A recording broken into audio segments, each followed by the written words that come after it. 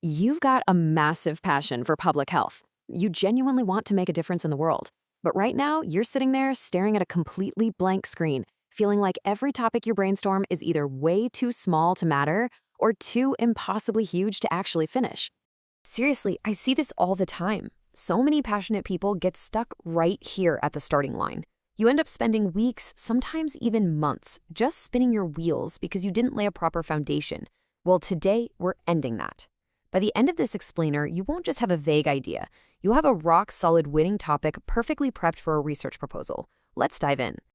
Here's our roadmap to get you there. We're going to cover the blank page trap, finding your Goldilocks zone, applying the finer criteria, passing the brutal so what test, and finally, doing a quick workshop to refine your actual topic. So let's start with number 1, the blank page trap, and how to avoid these research dead ends. The most common mistake? Picking something way too broad. If your topic is simply climate change or the impact of vaccines, you are literally going to be researching until the year 2050.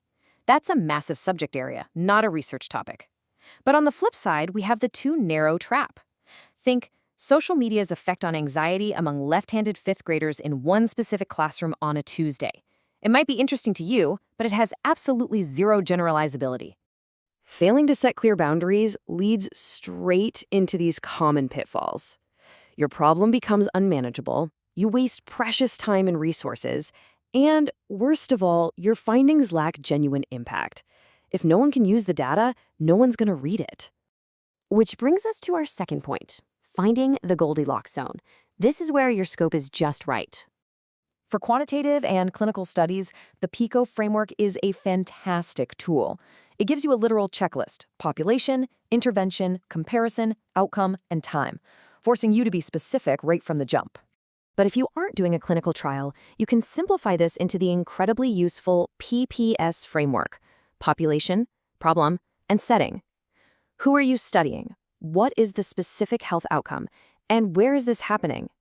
So instead of studying the giant topic of vaccines, you study vaccine hesitancy, that's your problem, among immigrant communities, your population, in London, your setting.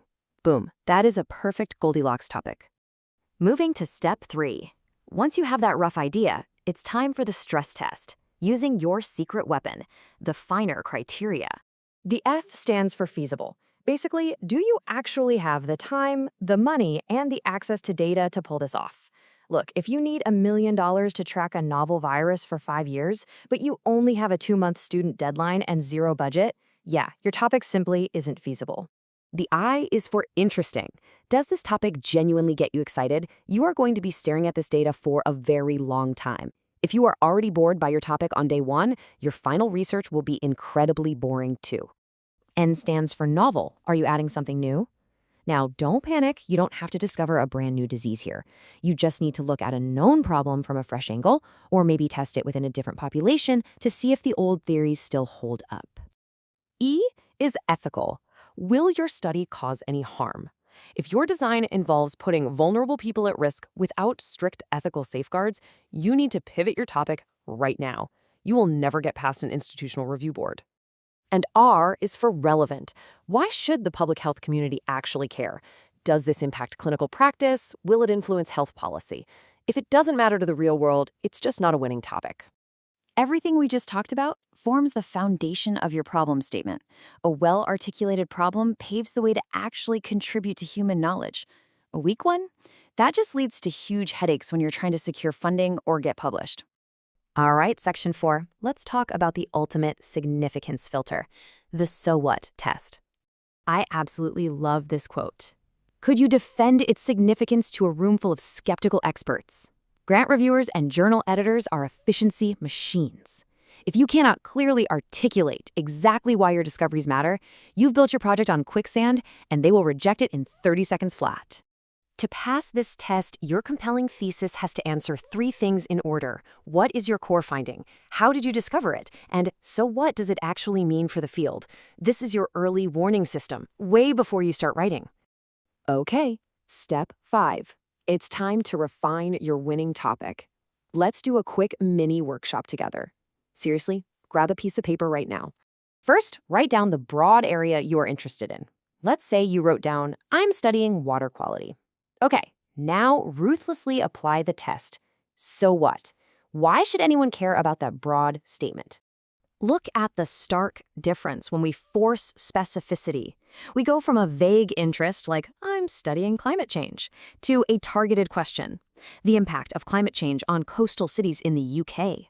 Or with water quality, you refine it to, I'm studying the correlation between lead pipes and cognitive development in toddlers in Flint, Michigan. We just transformed a massive, unresearchable idea into a manageable, highly relevant question using our PPS framework. Let's wrap this up. To summarize your strategy today, avoid the trap of going too broad or too narrow by using the PPS framework. Stress test your idea with a finer criteria. And always ask, so what, to make sure your work actually matters. If you're still stuck, don't panic. Drop your drafted topic in the comments section below so we can help you find that Goldilocks zone. Don't forget to subscribe, because next week we're breaking down the critical differences between qualitative and quantitative research. You don't want to miss that. Until then, look at your draft and ask yourself, if your research doesn't pass the so what test, are you actually advancing public health? Or are you just doing homework? See you in the next explainer.